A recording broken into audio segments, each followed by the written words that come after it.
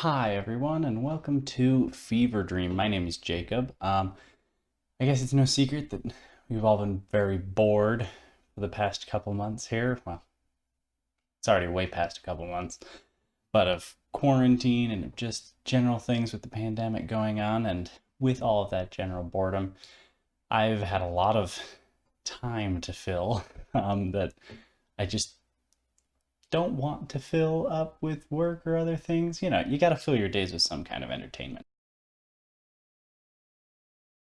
And a lot of that has been video games and anime and other kinds of shows that I've watched. And I just wanted to create a list of a few games and anime and other series and things that I think are kind of underappreciated and not very well known. So, with that being said, this is the first installment of what will likely be a series of several videos featuring anime that I think you would enjoy watching. Honestly, the different animes and series and things that will be featured here won't always be super unknown to people, but they are certainly ones that I think more people should definitely see. Because of that, and just because I'm really bad at choosing favorites and organizing them, these anime will not be organized in any particular order. So just deal with that. They're just going to come how they come. However I want to organize them, that's how they're going to be. Obviously, I certainly like some of them more than I like others. However, my feelings about them are too complicated in many cases to be easily quantifiable and to order them in any particular fashion. So that's just how it's going to be. I just really want more people to know about these anime, mostly because I just want more people to talk to about them, you know? On top of that, I should probably give a very minor spoiler warning for each of these that I'm going to be talking about. Um, I'm not going to spoil all that much outside of the main premise of each anime, and really in that just the first episode, because that's where most of the setting up of the series happens. But I know that a lot of people have problems with that. So if you are one of those people who doesn't want to know anything about a series before starting it, I would get out of here. Also, what are you doing here in the first place? That's what this entire video is about. How am I supposed to have a video about anime that I am recommending to you without rambling on a little bit? It wouldn't work.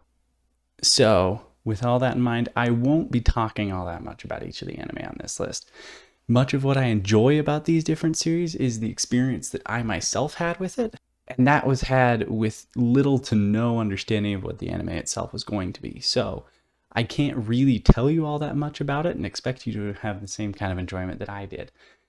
So I'm going to talk very little about these so that you can experience these right from the get-go like I did. So if any of the somewhat brief descriptions I'm about to give about a few anime catch your attention, please check it out. I highly recommend you do. With all of that out of the way, let's move on and get started with our list. Number 1, Black Fox. We'll start this list off strong with Black Fox. So Black Fox is a standalone movie that premiered in 2019. The main character is Riki Tsurugi, a girl who, in typical anime fashion, goes through a traumatic experience and then goes on a quest for vengeance with robots, ninjas, magic, and all sorts of other random crazy stuff going on. It's an anime, you know what you're gonna get. It follows a lot of very common anime story tropes and different elements that I'm sure you've seen all over the place by now. So there aren't many surprises to be had here in the main storyline, unless, of course, you've lived under a rock your whole life or something, or you know nothing about anime or media in general. In that case, just watch it. However, what really made this anime stand out to me was the fact that there is no fan service to be found.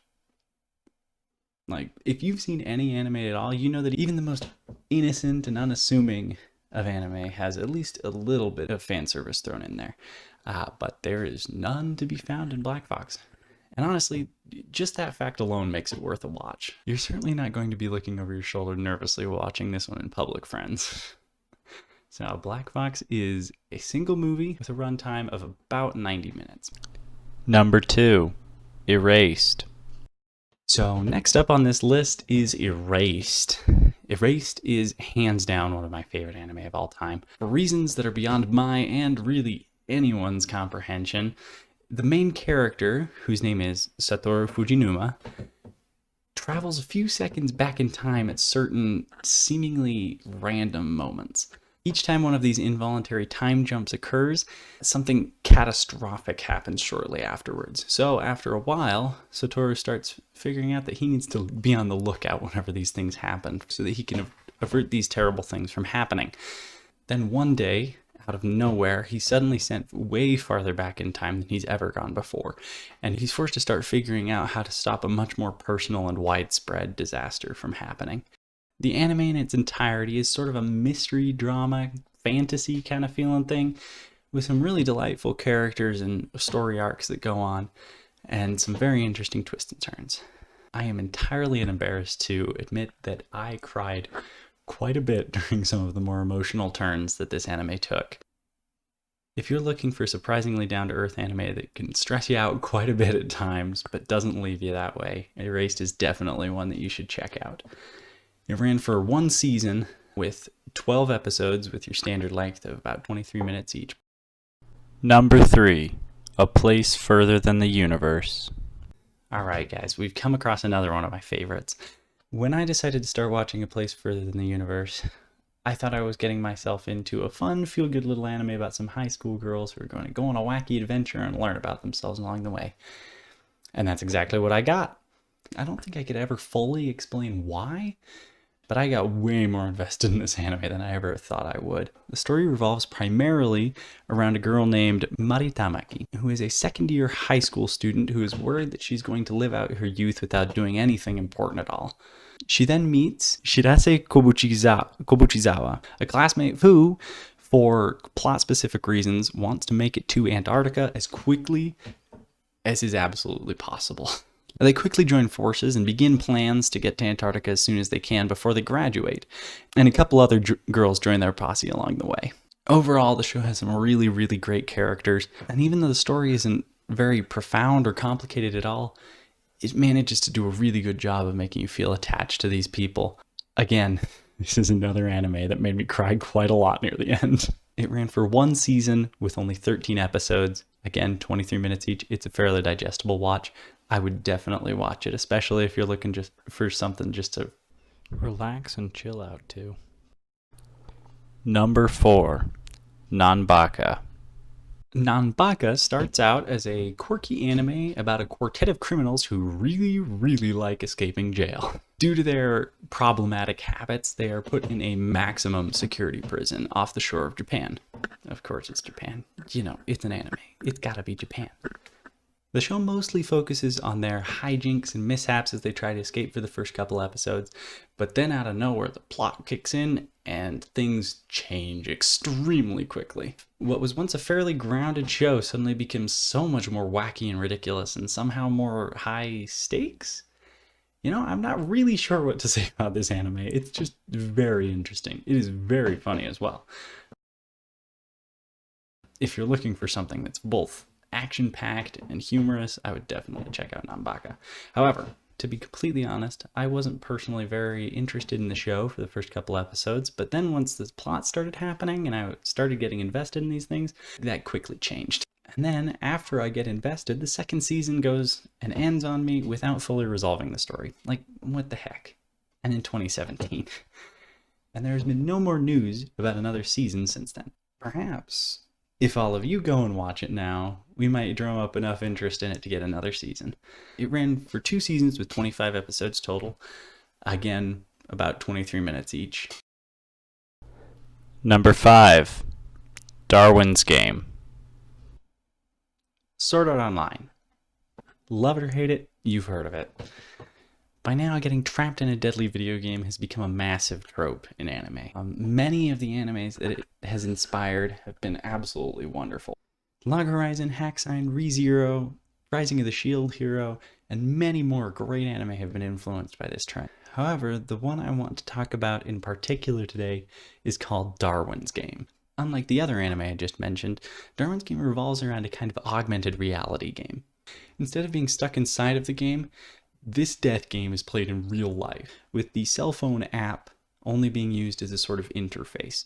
After you register on your cell phone as a player of this game, called Darwin's Game, It's in the name. Uh, After you're registered as a player, you are unable to leave, and you will continue being placed in player versus player matches with virtually no say in the matter. In addition to these death matches, players are given a mysterious power upon registering that will aid them in their battles. Really, it seems sort of random. Everybody has a different kind of power. Sometimes they're very good for combat, and sometimes they just kind of seem a little bit not useless per se, but underwhelming. As incentive for participation in these battles, apart from their own survival, the winners of each battle are awarded with not only ranks in the game, but also money, which can be used in-game to purchase items, which come to your door in the real world, or can be transferred and exchanged for real-world currency. These death battles can end up very, very lucrative for the winners. The story of Darwin's Game revolves around Kaname Sudo, again, forgive me for pronunciation, please, who ends up registered as a player through various unfortunate circumstances I won't go into here, because spoilers.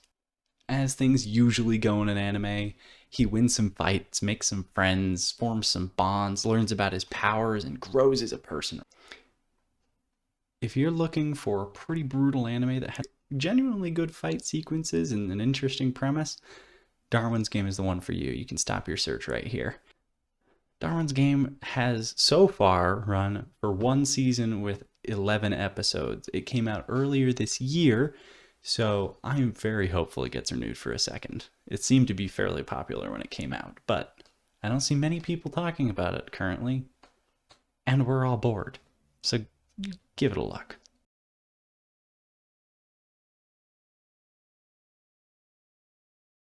This next anime that we're going to talk about is called Death Parade. Nearly the entirety of this anime takes place in a bar in the afterlife, where pairs of people go after they die.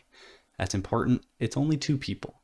I mean, you know, you'd think there are more people that would die, and also these 2 people are required to die at exactly the same time in order to go to the bar together.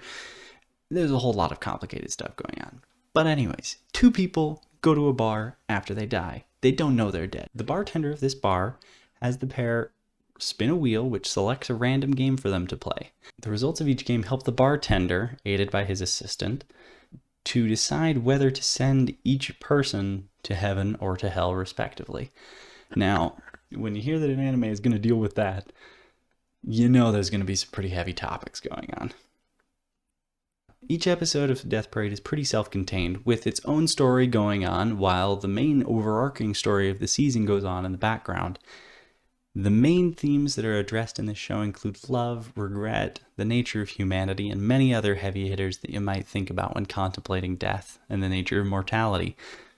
If you're in the mood for a pretty serious anime with some deep philosophical implications, you should watch Death Parade.